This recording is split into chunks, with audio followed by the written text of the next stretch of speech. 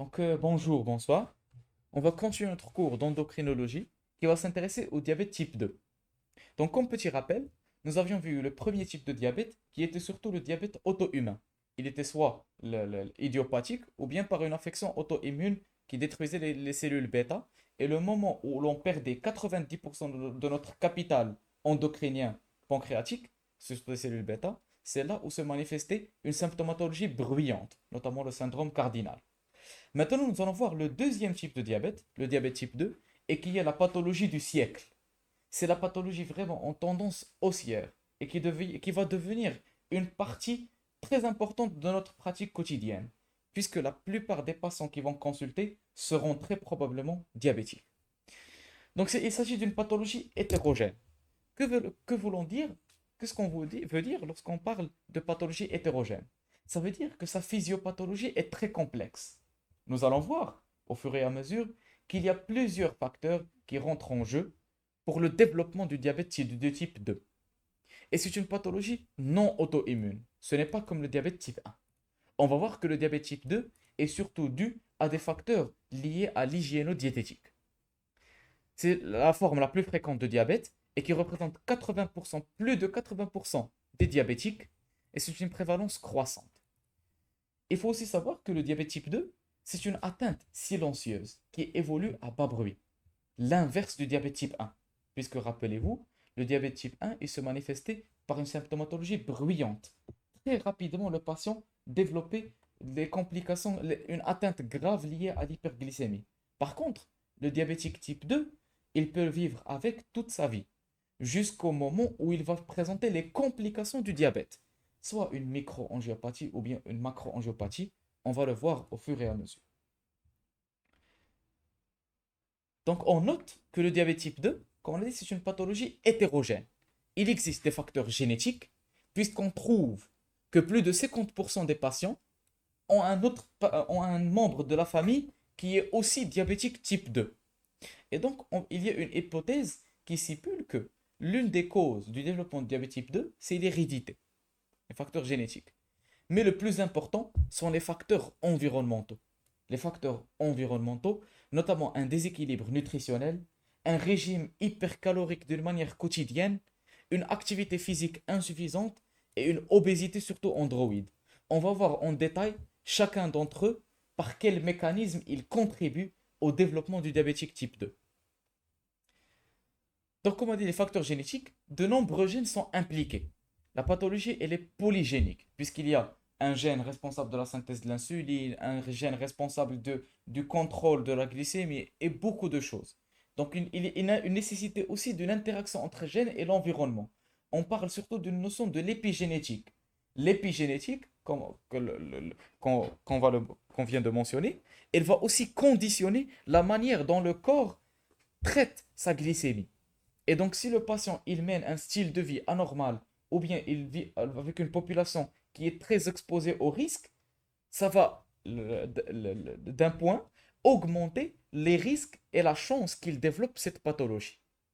Donc, l'apparition de diabète type 2 a été corrélée avec l'âge et l'interaction du génome avec les conditions de vie.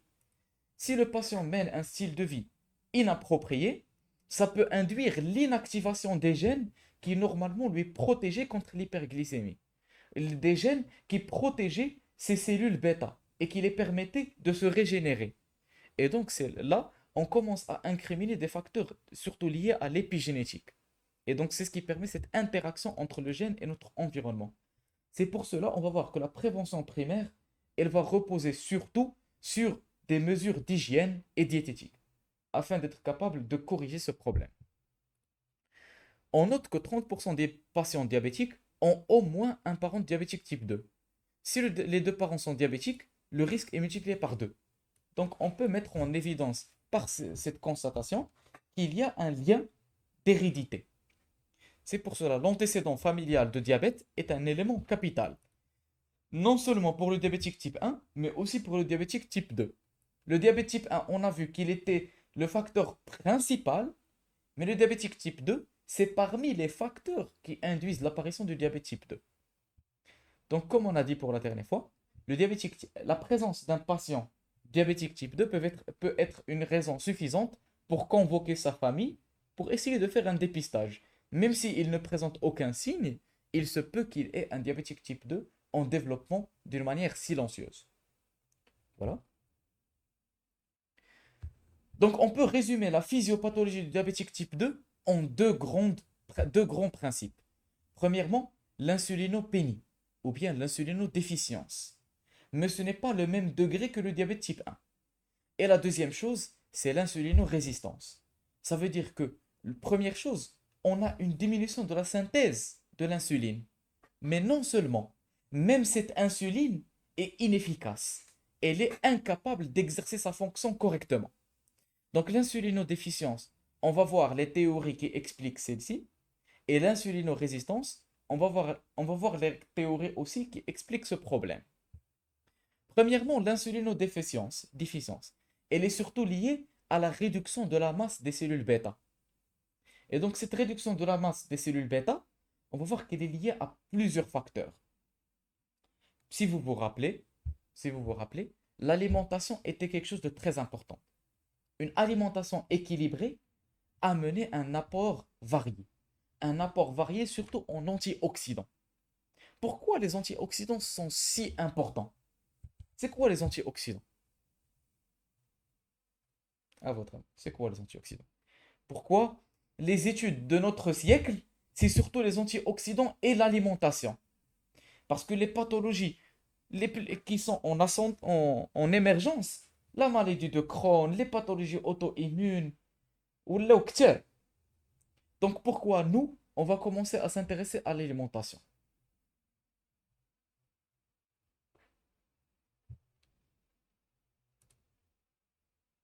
Réduire l'incidence. Pour réduire l'incidence. Mais comment? Comment vont-ils agir?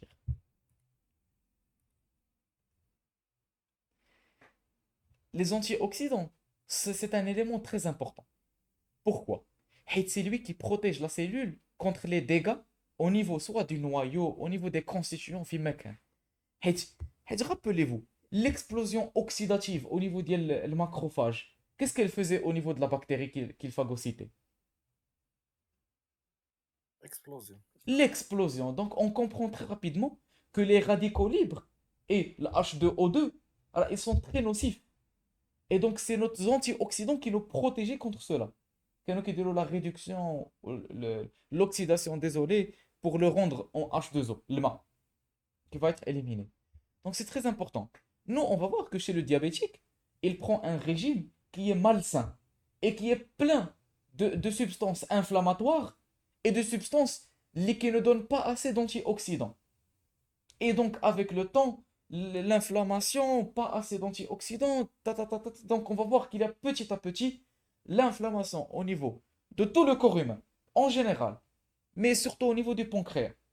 Et le pancréas, il est stimulé en excès, donc les facteurs qui l'inhibitent. Et donc l'inflammation, et c'est ce qu'on va voir au niveau du pancréas, c'est ce qui va induire une réduction de la masse des cellules bêta, petit à petit, pchouillé, pchouillé.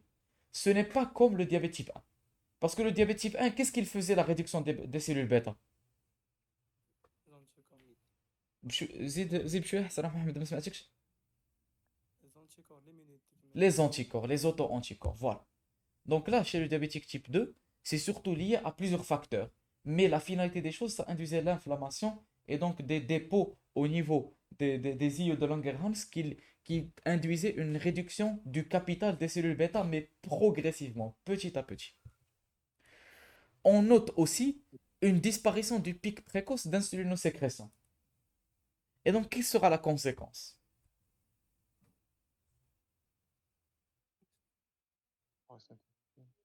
Pardon? Donc, si nous avons une disparition du pic précoce d'insulinosécrétion après, le, après avoir mangé quelque chose, qu'est-ce qui va se passer chez le patient? Atla la glycémie. Donc, c'est l'hyperglycémie. C'est pour cela qu'on trouve l'hyperglycémie postprandiale. C'est pour cela que l'un des moyens de diagnostic, c'était l'hyperglycémie provoquée. Parce qu'on veut chercher est-ce que ce patient, il a l'insulinosécrétion, surtout après la prise d'un repas. Parce que c'est là où l'insuline, elle joue son rôle le plus important. C'est après la prise, après l'alimentation. diminution aussi de l'insulinémie, et ça va se dégrader petit à petit. Donc l'insulinodéficience, elle est progressive. On note aussi donc l'insulinodéficience. Donc diminution de la capacité de sécrétion de l'insuline par les cellules bêta. Elle diminue progressivement. Ce n'est pas comme le diabète type 1. Donc on a un problème. L'insuline, c'est une hormone très importante parce que c'est elle qui permet l'hypoglycémie, d'équilibrer la glycémie. Par contre, si elle n'est pas sécrétée, donc le foie, il va continuer à synthétiser le glucose, soit par néoglucogénèse, ou bien lipolyse, ou bien glycogénolyse. Donc il va synthétiser du glucose, du glucose, du glucose, et donc ça va induire l'hyperglycémie. Ainsi, on aura une diminution de la consommation périphérique du glucose, parce que l'insuline, c'est lui qui permettait le captage du glucose circulant au niveau des cellules. Et donc, c'est un autre facteur qui aggrave notre hyperglycémie. C'est bon? Voilà. Donc, le diabète type 2, on a une dysfonction des cellules bêta ainsi qu'une diminution du nombre. Donc, les deux, ça va induire une insulinopénie. Et donc, pas de freinage de la production de glucose. Et c'est ce qui va induire l'hyperglycémie qui est la définition du diabète. Nous n'avons plus d'insuline. Et on sait très bien que l'insuline, c'est la seule hormone hypoglycémiante. Et donc, on n'est plus capable d'équilibrer notre glycémie. Et donc, ça va donner un état d'hyperglycémie chronique. Et c'est ça la définition du diabète. Donc, anomalie de la cinétique, comme on a dit, il y a aussi la disparition du pic précoce. Le pourquoi? Ce pic précoce, il est crucial dans le contrôle glycémique. Parce que c'est après l'alimentation où il y a une augmentation rapide de la glycémie.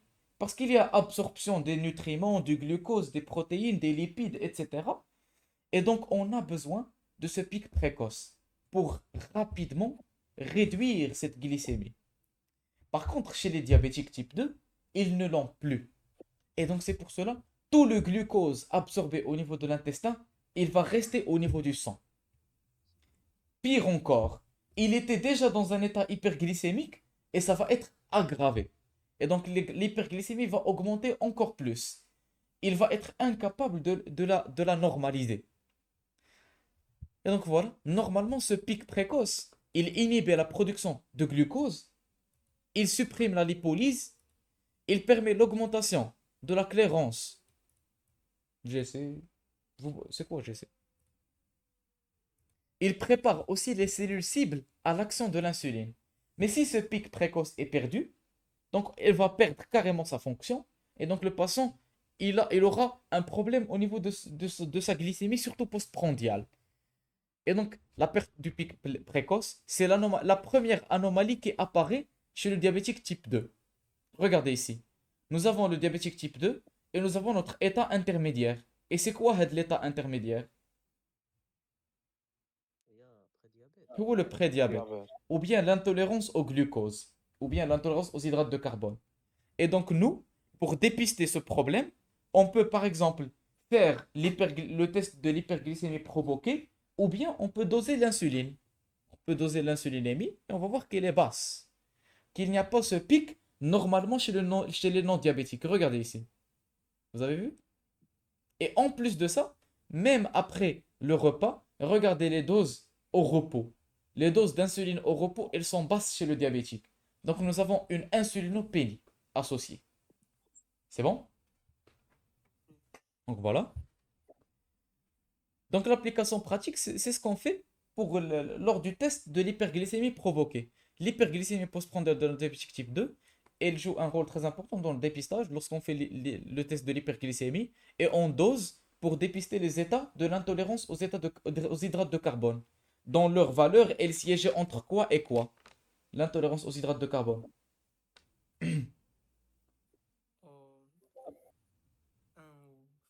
واحد واحد في 23. Non, mais chez 1,26. Non, ماشي 1. واحد واحد نو في 23. راكم نتوما كتقول لي لا غليسيمي اجان، انا كنسولكم على لا غليسيمي بوست برونديال. Quelles sont les valeurs de l'intolérance? دو فوا لا نورم. دو فوا لا نورم. Pardon? 1,4 وجوج. الله يرحم بها الوالدين. Donc c'est entre 1,4 grammes par litre et 2. Parce que plus que 2, c'était le diabète. Entre 1,4 et 2, c'était l'intolérance aux hydrates de carbone. Et هذه c'est la glycémie postprandiale. À ne pas confondre avec à jeun. Mais à jeun, qui m'a dit, هي هذيك 1,1 et 1,26. 1,25. حيت 1,26, ça c'est le diabète. C'est bon? Très bien. On a aussi une anomalie sécrétrice de l'insuline, comme on a dit, une insulinopénie. Et donc, on peut doser, rappelez-vous, l'insuline, la pro-insuline, elle est constituée de trois chaînes, trois peptides A, B et C. Dans le clivage de peptide C, nous donner l'insuline active. Et donc, on peut doser le peptide C pour nous renseigner sur l'état de la sécrétion de l'insuline, puisque sont sécrétées à des doses équivalentes. On note aussi qu'il y a un problème de lipotoxicité. Donc, c'est quoi la lipotoxicité? La lipotoxicité, ce sont deux grands mécanismes. أول حاجة, l'accumulation des lipides au niveau d'un tissu peuvent augmenter le degré d'inflammation au niveau de ce tissu et donc diminuer sa fonction.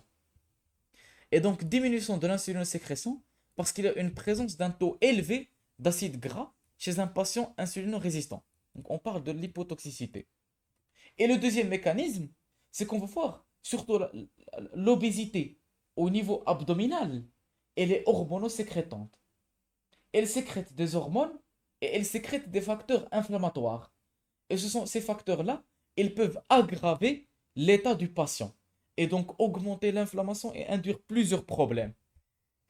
Et donc l'infiltration, elle peut aussi se produire au niveau des iots de Langerhans. Et c'est pour cette raison que chez le patient diabétique, on peut avoir des dépôts au niveau du pancréas endocrine. Et c'est ce qu'on va trouver ici. Bien sûr, il y a aussi une glucotoxicité. Comme au niveau de la pharmacologie, nous avions étudié le phénomène du down regulation. Vous vous rappelez de ça? Qui peut me rappeler un peu du down regulation? طه انت اللي دابا في السيرفيس دو فارماكولوجي. صبر خلينا نسمع طه يهضر لنا شويه على down regulation. I don't know. بون اكرم. داون ريجوليشن هي ملي لا سيلول كتبدا تنقص لي ريسبتور ديالها باش سميتها حيتاش بحال تقول ورن اوت. Elle a été stimulée en excès. Très bien. Donc c'est ça le down regulation. Si, par exemple, on commence à donner un médicament quelconque, un médicament surtout qui agit au niveau du système nerveux, par exemple les antidépresseurs, alors ils peuvent induire la down regulation. Et donc le nombre de récepteurs, il va diminuer. Et donc la cellule, elle va commencer à résister aux médicaments. Et donc c'est la même chose ici. Si la cellule, elle est exposée en excès à l'insuline, parce qu'il est hyperglycémique, alors, il faut savoir que le diabétique, avant qu'il ne devienne diabétique type 2, il a une hyperinsulinémie. Il a plus d'insuline que la normale au début, lorsqu'elle était fonctionnelle. Parce que bien sûr, il avait un régime hypercalorique, donc le corps humain, il essaye de réguler ce problème, et donc il va synthétiser beaucoup d'insuline, mais avec le temps, cette insuline, elle va induire l'internalisation des récepteurs cellulaires. Et c'est ce qu'on trouve ici. Et donc l'insulinosécrétion altérée due à la glucotoxicité. Si l'hyperglycémie chronique, elle va induire la diminution du nombre et affinité des récepteurs. Et donc la diminution de ces récepteurs, elle va induire deux choses. La première, c'est que l'insuline est sécrétée lorsqu'elle est stimulée par le glucose. Et donc si elle n'a plus de récepteurs au glucose, ça veut dire que les cellules bêta vont arrêter de synthétiser l'insuline. C'est la première chose. Et la deuxième chose, c'est la conséquence. L'hyperinsulinémie, elle va diminuer elle aussi les récepteurs à l'insuline. Et c'est ce qui explique par la suite notre insulinorésistance. C'est bon? Vous avez compris ce phénomène? Oui? دونك واخا تعاود هاد لي دو بوان. Donc, premièrement, nous avons notre hyperglycémie chronique. L'insuline est synthétisée lorsqu'un récepteur au glucose, le GLUT, GLUT2, il est stimulé. Le glucose qui fixe fait. Mais le problème, c'est que chez le patient diabétique, il est hyperglycémique d'une manière chronique. Dès qu'il écoule, il prend un régime hypercalorique, plein de sucre, plein de glucose, plein de lipides. Et donc, ça va stimuler les cellules bêta. Et les cellules bêta, au début, ils ont une capacité sécrétoire élevée. Et donc, ils vont synthétiser beaucoup d'insuline. Mais avec le temps, avec beaucoup de glucose, la cellule, elle va commencer à internaliser ses récepteurs. Il y aura un phénomène de down regulation. Il n'y aura pas beaucoup de récepteurs. Et donc, la sensibilité, elle va diminuer. Et donc, il y aura par la suite l'installation de cette résistance. À la fois la résistance au glucose et la résistance à l'insuline. La résistance au glucose au niveau des cellules bêta, et donc ils vont diminuer leur sécrétion, et la résistance à l'insuline, et c'est ce qui explique l'insuline résistance chez les cellules au niveau périphérique. Le tissu adipeux, le muscle, le foie, etc. Et c'est ce qui fait que chez les patients diabétiques, on a l'insulinopénie et l'insulinorésistance. Ces deux phénomènes à la fois. C'est bon? Très bien. Donc l'application pratique, lorsqu'on va réduire cette hyperglycémie chronique, on peut briser cette glucotoxicité et par la suite, les cellules, elles peuvent exprimer une deuxième fois le récepteur. Et donc la sensibilité, elle peut augmenter et donc la réponse insulinique des patients, elle peut s'améliorer. Parce que la résistance, ça, ça va s'avérer à diminuer cette résistance. C'est bon?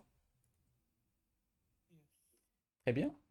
Et un autre mécanisme, oui, دونك كيف ما قلنا التريتمون ديال الديابيت تيب 1 هو كتعطيه الانسولين ياك oui, oui.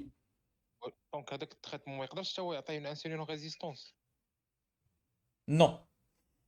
L'insulinorésistance, comme on a dit, elle se passe chez le diabétique type 2. Pourquoi? Parce qu'il a une hyperinsulinémie. Il a des doses très élevées, beaucoup plus élevées que chez le patient normal, au début, avant l'installation de la pathologie. حيت باش نشرح لك باش نمشي لواحد الشيما غنشوف معايا. Au début, lorsqu'il a l'évolution de la pathologie, alors il sécrétait une dose plus élevée que chez le patient normal. Pourquoi? Parce qu'il avait beaucoup plus de glucose que chez le patient normal. Et c'est cette hyperinsulinémie qui, avec le temps et avec l'exposition, nous donnait cette insulinorésistance. Mais chez le patient diabétique type 1, le traitement de l'insuline, on lui donne des doses correctes, des doses qui simulent la physiologie. Et donc, c'est quelque chose de normal qui ne devrait pas induire d'insulinorésistance. Et surtout que le patient, c'est pour cela, l'étape la plus importante du traitement, c'est le conseil thérapeutique, l'observance. Il faut expliquer tout en détail pour espérer que le patient comprenne bien comment prendre son médicament pour éviter ces problèmes. C'est bon? Ouais. Un autre mécanisme qui induisait la diminution de la synthèse de l'insuline, c'est la réduction de la sensibilité aux hormones intestinales. Le glucagon-like peptide ou bien le gastro-intestinal peptide, ils sont stimulés lorsque le tube digestif il reçoit de la nourriture, de l'alimentation. Et ces hormones, les incrétines, ces hormones ont un rôle pour aller stimuler le pancréas, une action d'amplification. Mais l'un des facteurs qui se passe chez le diabétique type 2, c'est la diminution de la sensibilité des cellules bêta à ces hormones. Ainsi que un taux de ces incrétines qui est diminué. Donc ce sont ces deux facteurs à la fois. Donc, l'insulinopénie, il y a un problème, une incrétinopénie et une incrétinorésistance. C'est bon? Et donc l'application pratique, c'est l'intérêt d'un des traitements du diabète type 2, c'est de donner ces hormones GLP1 et le GIP. Analogue GLP1 et inhibiteur de la DPP4. Parce que ça peut lui aussi contrer ce mécanisme. Comme on a dit, parce que puisque le diabète type 2, c'est une pathologie hétérogène, donc si on attaquait n'importe quel facteur, ça pourrait être quelque chose qui va nous aider dans notre prise en charge. Ça peut diminuer la gravité de la pathologie. C'est bon? Donc, puisqu'elle est multifactorielle, c'est normal que le traitement, lui aussi, il cible différents mécanismes, il ait différents mécanismes d'action. C'est bon? Très bien. Donc, pour résumer, le diabète type 2, c'est une pathologie hétérogène, polygénique. Interaction entre gènes et l'environnement, antécédent familial, etc. Il s'agit d'une insulinopénie et une insulinorésistance. Ce sont les deux grands principes qui expliquent le diabète type 2. Donc, diabète type 2, défaillance cellule bêta pancréatique. La cellule bêta, il y a une altération de la fonction, donc elle ne sécrète pas bien, et une diminution du nombre. Il y a aussi une diminution du capital. Pourquoi? Parce qu'il y a l'inflammation, etc. Et donc, on perd le capital pancréatique. Et donc, cette altération de la fonction, diminution de la pulsatilité de l'insuline, diminution du pic postprandial, et donc tout cela va induire l'apparition de l'hyperglycémie. Et on aura aussi la glucotoxicité qu'on vient d'expliquer et le rôle des incrétines dans l'apparition du diabète type 2. C'est bon jusque-là? D'accord. Donc, là, on parle des incrétines, les hormones synthétisées par l'estomac et le tube digestif lorsqu'il est stimulé en postprandial. Il va donner des hormones et parmi ces hormones, ils vont aller stimuler le pancréas endocrine. C'est bon? Mais non seulement, j'aimerais vous demander une question. Quelle est la liaison entre les cellules bêta et alpha du pancréas? Ils sont comment entre elles? Ils sont antagonistes. Très bien. L'un va inhiber l'autre. Ça veut dire, si nous avons un problème au niveau de l'insuline, qu'est-ce qui va se passer au niveau du glucagon, à votre avis? Il va, naturellement, il va être sécrété plus que la normale. Et donc là, c'est un autre facteur qui va aggraver l'hyperglycémie. Et donc notre inhibition du glucagon, elle va être réduite. Donc l'insuline n'est pas là, elle ne va pas inhiber le glucagon. Et donc là, c'est un autre problème qui va aussi jouer un rôle au niveau de l'hyperglycémie chronique chez les diabétiques type 2. Et donc là, on comprend très rapidement que le diabète type 2, c'est une pathologie vraiment qui a plusieurs facteurs, multifactoriels. Et donc, elle est très complexe. Et c'est pour cela qu'il faut les comprendre un à un, parce que c'est très important, ça va nous orienter dans notre prise en charge. Rappelez-vous, la pharmacologie, on a vu que lors d'un traitement du diabétique type 2, il y a plusieurs options. On pouvait opter pour seulement un régime hygiéno-diététique, on pouvait opter pour différentes classes, soit une association, une thérapie. Donc là, on comprend pourquoi nous avons toute cette panoplie, cet arsenal thérapeutique face à notre disposition, face à cette pathologie. Parce qu'elle est multifactorielle. C'est bon? Oui. عفاك شويه بجد محمد ما سمعتكش. Oui. Donc l'hypotoxicité, les lipides, lorsqu'ils se déposent au niveau d'un tissu, ils peuvent causer plusieurs problèmes. أول حاجة كيطلعوا le degré d'inflammation d'une chose. Deuxième chose, les lipides, surtout le tissu adipeux abdominal, ils sécrètent des hormones. Les hormones, ils vont aggraver l'état du patient. Donc, il y a l'hypotoxicité. Et donc, ça peut induire la diminution de la fonction de l'organe. Par exemple, une infiltration graisseuse au niveau du muscle, elle peut induire une diminution de la fonction musculaire. Le muscle est incapable de consommer l'oxygène proprement, etc. C'est bon? Ainsi que la vascularisation. Elle peut altérer sa vascularisation. Et les tissus adipeux, il peut bloquer les artères. C'est bon? Voilà. Donc le diabète type 2, c'est le diabète type 2, c'est une défaillance du nombre cellulaire. Il n'y a pas de freinage, donc ça induit l'hyperglycémie. On a aussi, comme on a dit, une perte de la masse cellulaire. La masse cellulaire, pourquoi? Parce qu'on a plusieurs facteurs. On va les voir un à un. Donc, comme on a dit, le diabète type 2, c'est une pathologie progressive et qui n'apparaît pas immédiatement. Ce n'est pas comme le diabète type 1. Et donc, si on cherche au niveau de l'historique de malade, on va trouver qu'il avait au préalable un style de vie inadéquat, un facteur prédisposant, et qu'il a une sédentarité, le tabac, l'hypertension, et qui se développe avec le temps, avec des années. C'est pour cela que, comme Taha avait dit, le diabétique type 2, on le trouve chez les patients qui ont 40 ans et plus. Ce n'est pas comme le diabète type 1. Même si de nos jours, on commence à voir des diabétiques type 2 chez des patients jeunes. Allah yahfad. Goulina Mohamed, service endocrinologie. Est-ce qu'il n'y a pas quelques patients qui ont même 30 ans et qui présentent le diabète type 2? كاينين voilà قلنا كاينين صراحة. Donc voilà, c'est très grave, c'est quelque chose de catastrophique. Donc ceci montre que notre style de vie, il s'aggrave avec le temps. L'industrialisation et les facteurs de risque que nous avons vus un à un, alors, c'est une réelle pandémie. Et donc c'est une maladie, tous ces facteurs, ils accélèrent la progression du diabète. Allah yahfadha sahbi, Allah yahfadha. Donc nous, on doit essayer de comprendre tous ces facteurs afin d'être capable, en tant que professionnel de santé, de faire de notre mieux. لقيتي شي واحد في العائلة حاول تنصحه. Fais de ton mieux parce que ça peut le sauver la vie. Alors, c'est ça le problème. Le problème avec les pathologies silencieuses, les patients, ils ne voient pas le bénéfice d'y mener un bon style de vie. Il se porte bien. Il est visiblement bien. Donc c'est ça la gravité des pathologies silencieuses. Lorsque le patient se porte bien, il se dit, je n'ai besoin de rien faire. Donc ça c'est très grave. Parce que les pathologies silencieuses, elles vont évoluer, évoluer, évoluer, et elles ne vont se manifester que lorsqu'il y a une complication grave et redoutable. Rétinopathie, insuffisance rénale, macro-angiopathie. Allah yahfad. Donc ce sont des complications graves qui peuvent menacer le pronostic vital. Et donc nous, en tant que professionnels de la santé, on doit faire de notre mieux pour dépister et prévenir cela. C'est bon, Dreri? Et donc pour être capable de faire une bonne prévention, il faut la comprendre d'une manière profonde. Comprendre comment fonctionne le diabète type 1. Donc cette perte en cellules bêta, elle se fait d'une manière progressive. Elle est surtout accélérée par plusieurs facteurs.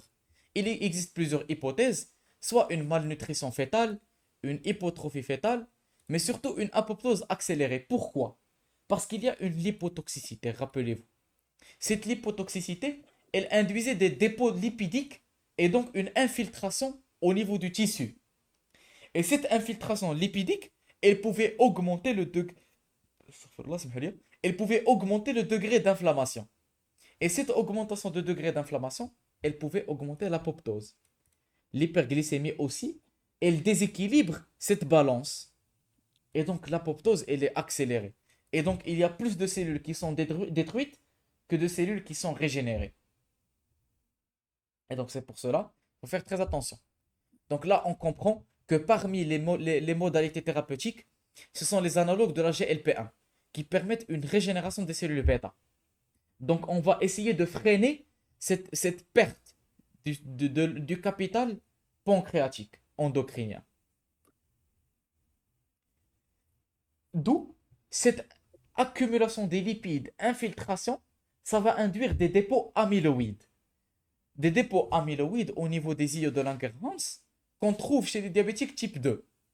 Donc polypeptides amyloïdes coproduits avec l'insuline et qui va induire une défaillance sécrétoire importante. Et donc nos îlots de Langerhans, ils vont être altérés. Parce que regardez l'histologie de quelqu'un qui est diabétique. Regardez un sujet sain qui a seulement les cellules alpha et bêta, les cellules endocrines, alors que chez le sujet diabétique, il y a les dépôts amyloïdes, ils vont mutiler notre glande. Et lorsqu'une glande est mutilée, ça va altérer sa fonction. Et donc c'est un autre facteur qui va altérer la fonction endocrinienne pancréatique. Et donc ça peut expliquer l'insulinopénie. C'est bon? Donc cet hyperinsulinisme, augmentation amyloïde, dépôt excessif sous forme de fibrilles, et donc dégénérescence hyaline des ions, apoptose, et donc tous ces facteurs expliquent notre diminution de la masse cellulaire bêta et de leur fonction. Et c'est ce qui va nous donner notre insulinopénie qu'on reconnaît. C'est bon jusque-là? Très bien. Donc l'application pratique, perte des cellules bêta, on peut donner de l'insulinothérapie dans le traitement diabétique type 2. Donc l'insuline a initié précocement. Elle peut contrer l'hyperinsulinisme qui anime le patient.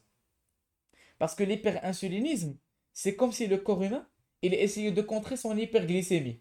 Mais si nous, on lui donnait des doses normales d'insuline et on équilibrait sa glycémie, on peut éviter cet hyperinsulinisme et donc on peut éviter cette cascade d'apoptose et de perte de capital cellulaire. C'est bon? Et donc, au final, on revient toujours au même point. Le meilleur traitement, c'est d'éviter les complications graves. Parce que lorsqu'on va éviter tout cela, on va être sûr d'éviter les complications graves qu'on étudie au fur et à mesure. C'est bon? فواحد Voilà. اللعيبه هذيك ليبر انسولينيمي Oui. اللي كانت قبل هذه جايه مني كان سميتو مني كان زعما نورمال زعما Oui. في الاول فاش Mais بدا quand le patient, voilà, avant le début de la pathologie, regarde, هنايا. Il avait un capital normal, mais lui, il avait un régime hypercalorique, qui est bzaf, autrement dit. Et donc, il synthétise beaucoup plus d'insuline qu'un patient normal. Et donc, il voulait bzaf. Pardon? هذا هو اللي كيفافوريزي لي ديبو اميلويد Oui, ça favorise les dépôts amyloïdes avec le temps. Donc, voilà. Donc, au total, au cours du diabète type 2, il existe des anomalies fonctionnelles et une diminution de la masse des cellules bêta. Donc, c'est ce qui explique notre insulinopénie. C'est une déficience qui évolue progressivement tout au long du diabète type 2. Et certaines anomalies sont innées, qui me font génétiques ou là un problème apoptotique ou des choses comme ça, et d'autres sont acquises avec le temps. Et donc, c'est ce qui explique notre trouble de l'insulinosécrétion et qui est au centre de la physiopathologie du diabète type 2. C'est pour cela que parmi les traitements le diabète type 2, c'est l'insuline. Et le diabète type 2, là, vous allez voir, on peut donner la metformine, mais aussi l'insuline. C'est le traitement c'est un standard au niveau du Maroc, l'association. La metformine et l'insuline. On peut donner d'autres thérapies, mais c'est les diabètes qui sont résistants. Donc ça explique que lorsqu'on normalise l'insuline de patient, ça peut corriger ces problèmes. C'est bon? Et donc freiner ce développement. Maintenant, on va essayer de comprendre un peu cette insulinorésistance. Le deuxième mécanisme qui induit, qui est au centre, au cœur du diabète type 2. Donc l'insulinorésistance, il faut comprendre que même cette insuline, cette insulinopénie chez ce patient, elle n'est pas très efficace. Elle ne joue pas le rôle qu'elle devrait le jouer. Pourquoi? Parce qu'il y a plusieurs facteurs. Donc l'insulinorésistance, elle est due à plusieurs choses. Donc premièrement, la définition, c'est une sensibilité à l'insuline diminuée pour une insulinémie normale ou bien une sensibilité normale pour une insulinémie élevée. Ça veut dire que pour qu'un patient normal, pour qu'un patient diabétique ait la même réaction insulinique, il a besoin de fortes doses d'insuline. Et c'est pour cela, comme on a dit, le diabétique, initialement, il avait une hyperinsulinémie. Mais avec le temps, cette hyperinsulinémie, elle va induire une diminution des récepteurs, une down regulation. Et cette down regulation, avec le temps, elle va diminuer la sensibilité à l'insuline. Et donc, on aura l'installation de l'insulinorésistance. Elle concerne surtout le foie, le muscle squelettique et le tissu adipeux. Parce que ce sont ces tissus qui constituent euh, les réserves énergétiques. Voilà. Donc, des facteurs environnementaux, on distingue l'obésité et la sédentarité. L'obésité, la première chose, parce qu'il a des tissus adipeux excessifs. L'obésité androïde joue un rôle important, parce que, comme on a dit, surtout la graisse abdominale, elle est sécrétante. Elle sécrète des médiateurs inflammatoires et des hormones. Et donc, ça s'accompagne souvent d'un syndrome métabolique. Donc, le syndrome métabolique, ça regroupe tous les problèmes au niveau de la glycémie, des lipides, etc. Donc, et ainsi que l'hypertension artérielle. Donc, troubles de la glycémie, obésité abdominale, dyslipidémie, etc. Donc, les deux sont au centre de l'insulinorésistance. Donc, on trouve que l'insulinorésistant, il a tous ces facteurs à la fois. On souvent également aussi une hyperuricémie ou une goutte, ou bien un syndrome d'apnée de sommeil, ou un syndrome des ovaires polykystiques, ou bien une stéatose hépatique. Ce sont plusieurs pathologies qui sont accompagnées au syndrome métabolique. Donc, pourquoi ce syndrome métabolique, il nous donne l'insulinorésistance? Parce qu'il faut savoir, bien sûr, le diabète type 2 est une maladie à déterminisme génétique, mais il associe aussi un trouble de l'insulinosécrétion qui est lié à des facteurs environnementaux, avec l'obésité androïde étant le principal facteur. Ça veut dire que le patient, même s'il est prédisposé génétique, ce n'est pas la seule cause qui induit l'apparition du diabète type 2. le diabète type 2, il a aussi besoin des facteurs aggravants, entre guillemets, comme l'obésité, le trouble métabolique, etc. Et du fait que la modalité thérapeutique principale d'un diabétique type 2, c'est de conseiller la perte du poids. Parce que le problème, il faut savoir que ce syndrome métabolique, il ne constitue pas juste un problème diabétique. Il est considéré aussi un risque cardiovasculaire majeur. Un risque cardiovasculaire majeur. Donc l'insulinorésistance, elle est due à plusieurs causes. Premièrement, l'anomalie de voie de signalisation de l'insuline. Il faut savoir que, puisqu'il y a une insuline sécrétée en excès, une hyperinsulinémie au début chez le diabétique, et donc cette hyperinsulinémie, elle va faire un problème au niveau des récepteurs. Le récepteur de l'insuline, bien sûr, comme rappel, il fait partie des familles des récepteurs tyrosine kinase, ayant une activité tyrosine kinase, qui vont être autophosphorylés. Et lorsqu'ils vont autophosphoryler, ils vont internaliser le signal, soit par la voie de la MAP kinase ou bien autre chose. Et donc, ça va induire la transmission de signal en intracellulaire.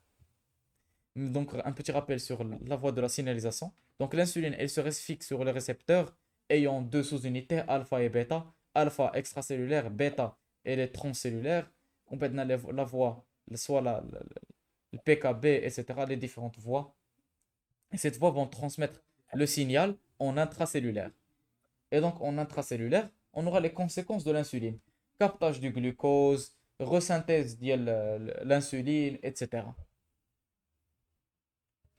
Donc, le diabète, si le patient est diabétique, on aura un problème au niveau du nombre de récepteurs. La down regulation qu'on vient de mentionner, qu'on a précédemment mentionné. Donc, cette down regulation, elle va induire que même si le patient il a l'insuline, elle est incapable de trouver son récepteur. Et donc, si elle est incapable de trouver son récepteur, c'est comme s'il ne l'avait pas. Et donc, elle est inefficace. On a aussi une inactivation des récepteurs, une diminution de l'agrégation et un problème au niveau post-récepteur. Une diminution du GLUT4, la conséquence de l'activation de cette voie. Et donc, tout cela, il fait que l'insuline, elle est incapable d'exercer sa fonction. D'où l'insulinorésistance. Et c'est ce qui est un facteur qui pourrait aggraver le problème chez notre patient diabétique. C'est bon jusque-là? Donc, comme on a dit au final, le premier mécanisme qui explique notre insulinorésistance, c'est la diminution de l'affinité des récepteurs de l'insuline. Le deuxième mécanisme, donc bien sûr l'application pratique, c'est pour cette raison qu'on va conseiller le sport chez le patient. Parce que le sport, il va stimuler l'extériorisation de ces récepteurs. Il augmente le nombre de récepteurs, il potentialise leur action, l'activité de la tyrosine kinase, etc. Et donc c'est comme s'il contrait cette physiopathologie de la résistance. C'est bon? Voilà. Le deuxième mécanisme, c'est l'anomalie de la bêta-hydroxydéshydrogénase. C'est quoi cette enzyme? C'est une enzyme qui normalement, elle transformait le cortisol inactif en cortisol actif. Et dites-moi, le cortisol par rapport à l'insuline, il est comment? Antagoniste ou bien protagoniste? Antagoniste. Antagoniste. Antagoniste. Parce que le cortisol, il fait quoi?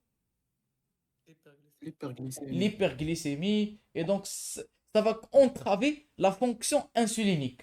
Et donc, s'il y a le cortisol qui est actif, il va agir d'une manière compétitive. Et donc, d'une manière compétitive à l'insuline. Et c'est ce qui va nous causer un problème. Et ça explique aussi l'hyperglycémie chez le patient. Voilà. Nouveau traitement dans le diabète type 2, c'est les inhibiteurs de la bêta-hydroxydéshydrogénase. Cette enzyme qu'on voit aussi, qu'on remarque ici. Parce que le cortisol, c'était la manière de stockage de le cortisol, ou bien l'inactivation. Le stockage ou bien l'inactivation pour le dégrader et l'éliminer.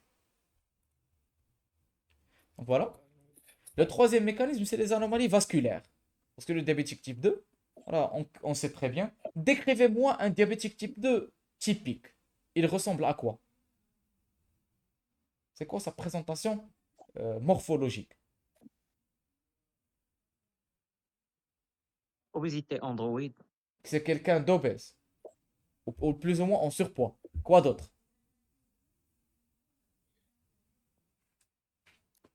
Est-ce qu'il est jeune ou là âgé? âgé. âgé. Âgé. Est-ce qu'il est tabagique ou non? Très probablement.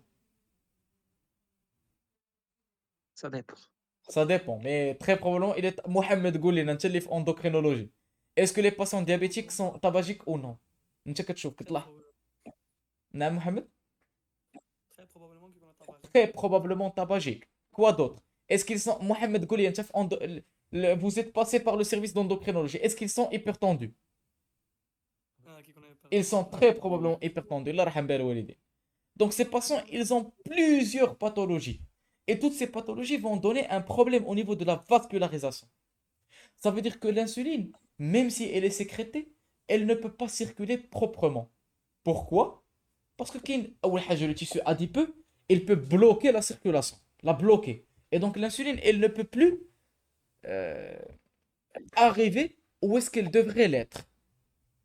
Et donc les anomalies vasculaires, dysfonction endothéliale, parce qu'il y a des facteurs génétiques et des facteurs acquis, et donc ça diminue le flux sanguin. Et donc l'insuline est incapable d'arriver au niveau de ses récepteurs. Et donc, tissu musculaire, diminution de l'apport du glucose, diminution de la captation du glucose et diminution d'apport insuline au contact des récepteurs. Et donc, c'est ce qui explique aussi cette insulinorésistance. Parce que même si l'insuline est sécrétée, elle est inefficace. Elle ne peut pas exercer sa fonction. Ensuite, le rôle des... Oui, ياك هكا في الدوزيام انا كتشرحات لينا بلي كتزاد لا ماس كوربوريل دونك الانسولين ما كيوصلش في كاع لو كور دونك هذا كيقدر يدير oui, بحال هكا. كان بحال هكا أيه. On va dans le rôle des acides gras libres. Les acides gras libres, ils sont toxiques. Donc, c'est le facteur le mieux corrélé à l'insuffisance, l'insulinorésistance, le contenu lipidique à l'intérieur des myocytes. Donc, qu'est-ce qui se passe? Nos tissus, ils sont infiltrés par les dépôts lipidiques. Et lorsqu'ils sont infiltrés par des dépôts lipidiques, ils vont être mutilés.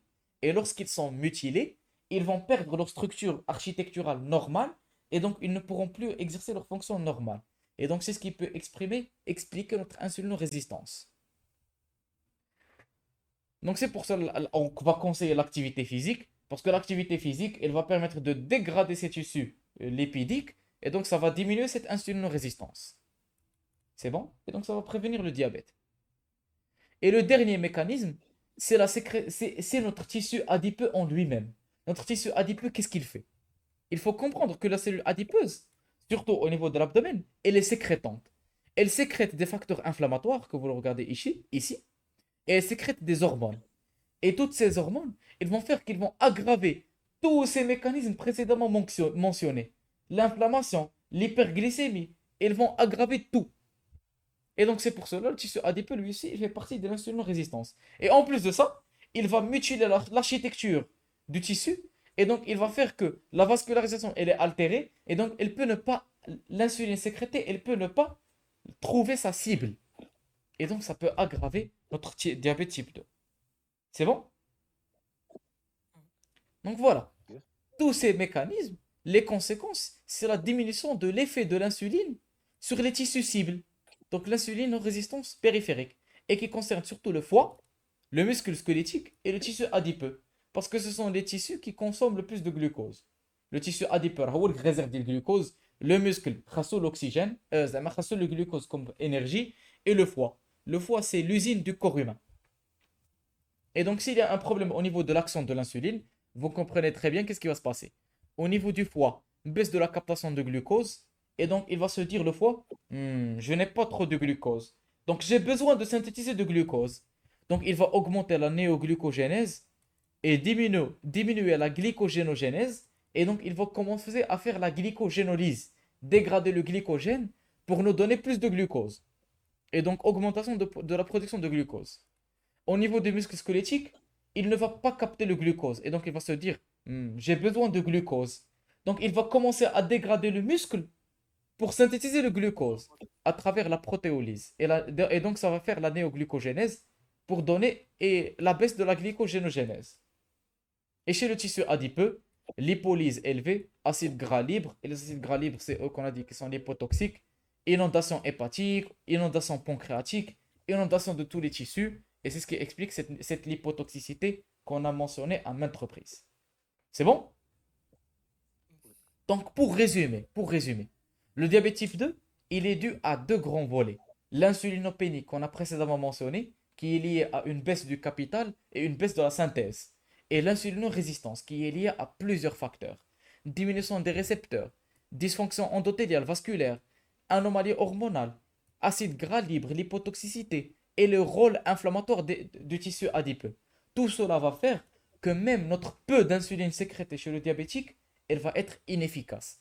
Et donc c'est un cercle vicieux chez le diabétique qui ne va cesser de s'aggraver et s'aggraver et s'aggraver. Et c'est ce qui fait que cette hyperglycémie chronique, elle ne va jamais se corriger à elle seule. Elle ne va faire que d'augmenter. C'est bon? Donc très bien. Donc là, l'insulinorésistance, comme on a dit, elle est liée à l'hyperinsulinémie et aussi un problème lipidique. Et donc c'est pour cela, le problème lipidique, ça va induire la dyslipidémie.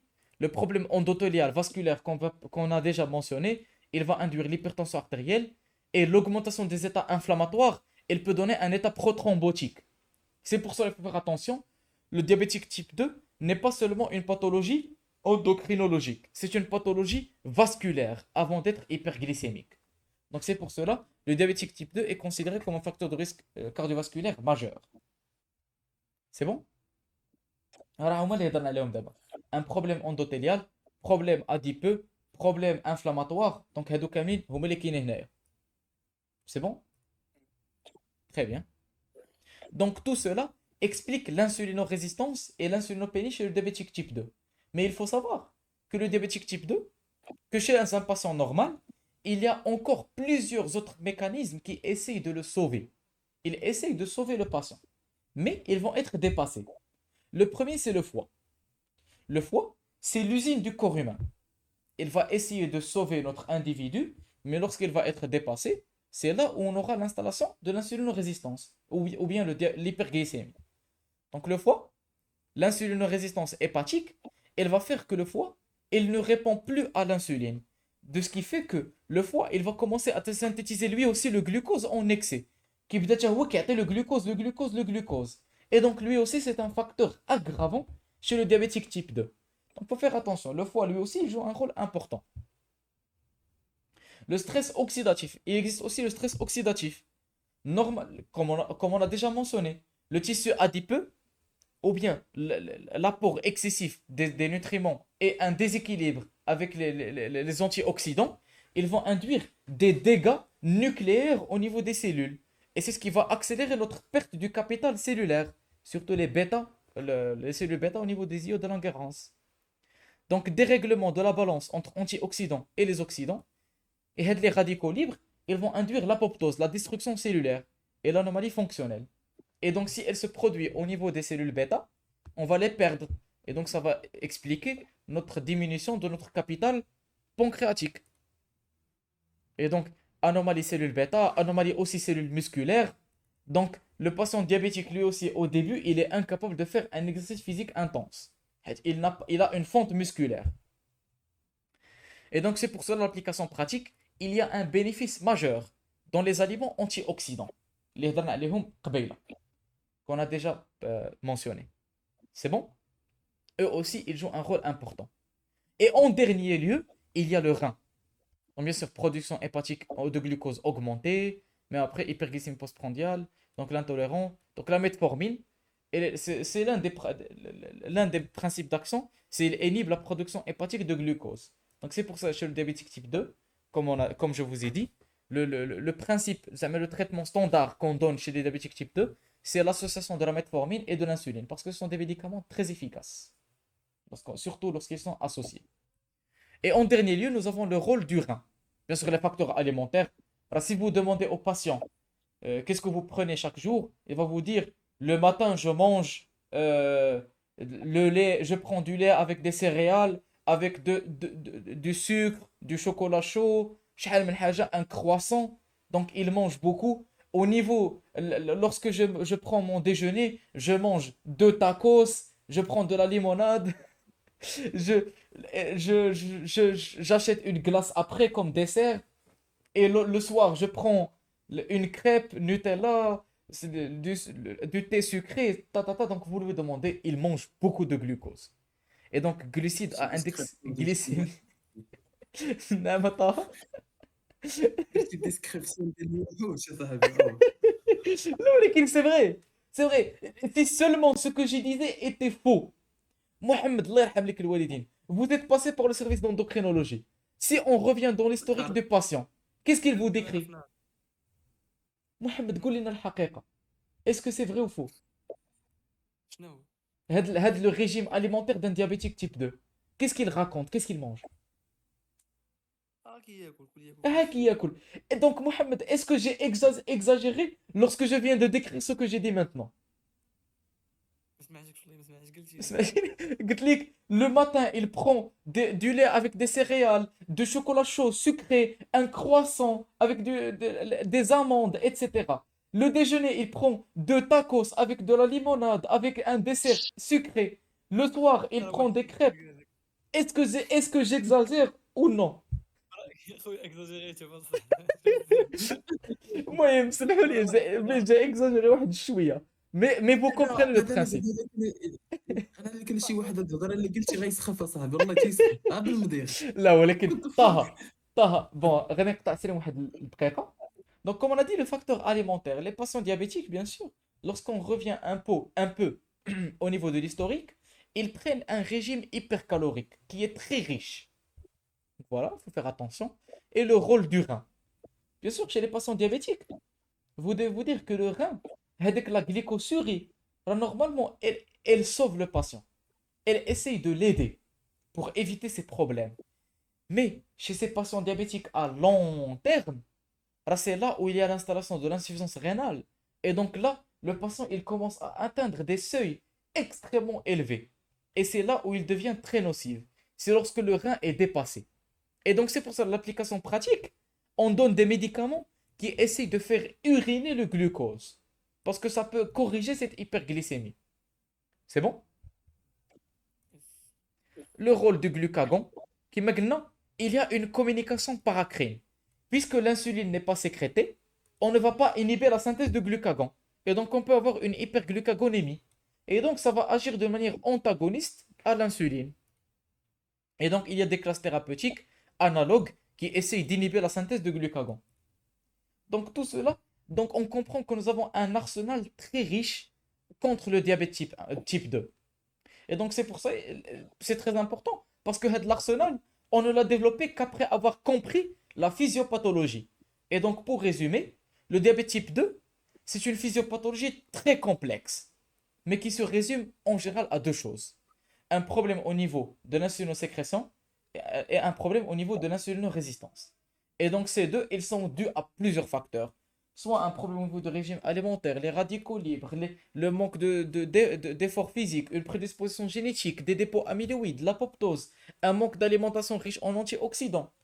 Cool. Et donc c'est pour cela, notre arsenal thérapeutique, il y a beaucoup de médicaments. Et donc nous, lorsqu'on va faire face à un diabétique type 2, la première chose, c'est de conseiller de mener un régime hygiéno-diététique correct. Après cela, on peut opter pour des options thérapeutiques qui sont très efficaces. Comme on a dit, au niveau du Maroc, le protocole, c'est l'association de la metformine et de l'insuline. C'est bon? Donc voilà, pour résumer, le diabète type 2, on le regroupe à deux choses, l'insulinorésistance et l'insulinopénie, donc diminution de la sécrétion parce qu'on a moins de cellules bêta, et l'insulinorésistance surtout au niveau du foie, muscles et du tissu adipeux. Ce qui fait qu'on aura une hyperglycémie chronique, soit due à des facteurs environnementaux, une prédisposition génétique. On comprend que c'est une pathologie hétérogène, multifactorielle, complexe. C'est bon? Donc physiopathologie, terrain génétique, stress, alimentation, sédentarité, diminution de l'utilisation, plan clinique du glucose, dysfonction endothéliale, perturbateurs endocriniens, stress oxydatif, microbiote intestinal, tout cela vont contribuer au développement du diabète type 2. Et donc le diabète type 2, pour résumer, il y a des facteurs génétiques et les facteurs environnementaux surtout, le style de vie, l'hygiéno-diététique, des facteurs métaboliques et qui vont donner ces manifestations qu'on vient de mentionner, les deux troubles principaux. Et donc l'obésité androïde, la sédentarité, l'excès d'acide gras saturé, et donc ça va nous donner ces deux déficits, et c'est ce qui explique le diabète type 2. Mais il faut savoir que le diabète type 2, il ne s'agit pas seulement d'une hyperglycémie. Parce que comme on a dit, les diabétiques type 2, très probablement, ils présentent aussi d'autres facteurs de risque. Et c'est pour ça qu'il faut faire très attention. Le diabétique type 2, c'est lui qui fait les macroangiopathies. Ce n'est pas comme le diabétique type 1. Le diabétique type 1, c'est rare où il fait les macroangiopathies. Il faut faire attention. Le diabétique type 2, les circonstances de découverte, soit asymptomatiques, une découverte fortuite, lors d'un bilan systématique, il présente, par exemple, pour une appendicite, un jeune qui présente une appendicite, bon, et s'il fait une gastro-entérite, on explore et on trouve qu'il est diabétique. On peut le découvrir lors d'un syndrome cardinal, la polyuropolydipsie, ou bien lors d'une complication, soit les complications microangiopathiques ou bien macroangiopathiques. Et que c'est quelque chose de raisonnable. Parce que le diabétique type 2, comme on a dit, c'est une pathologie évolutive. Ça veut dire qu'il y a beaucoup de temps qui est passé avant de mettre en place le diagnostic. Ça veut dire que les macroangiopathies et les microangiopathies ont eu beaucoup de temps pour se développer. C'est pour cette raison que, si vous vous rappelez, chez le diabétique type 1, ce n'est pas systématique de dépister les microangiopathies et les macroangiopathies, les complications, dès le diagnostic. Par contre, chez le diabétique type 2, il est impératif de dépister les complications, les macroangiopathies et les microangiopathies, notamment un examen de fond de l'œil, une mesure du DFG, ou bien de la créatinine, ou bien la microalbuminurie, etc. Parce qu'il peut présenter les complications. Donc voilà. شو هنا كيدوي على الكومبليكاسيون ديال السيتوز Ah, وحتى هذيك c'est possible. Le coma acétonique ou bien acidocétosique, désolé, ou autre chose. Voilà. Donc le diagnostic du diabète, pour rappel, la glycémie à jeun, ou bien la glycémie supérieure à 2 grammes n'importe quel moment de la journée, ou bien l'hémoglobine glyquée. Donc le diabète type 1, pour rappeler le sujet jeune, pas de surpoids, pas de facteur de risque cardiovasculaire, mode de début très bruyant. Alors que le diabète type 2, on l'a décrit à maintes reprises. C'est bon? Donc voilà, on a terminé notre cours concernant notre diabète type 2. Donc on va s'arrêter ici pour faire par la suite les autres types de diabète, notamment le diabète gestationnel, les diabètes pancréatiques, les diabètes génétiques, etc. C'est bon? Voilà, très bien. On va s'arrêter ici.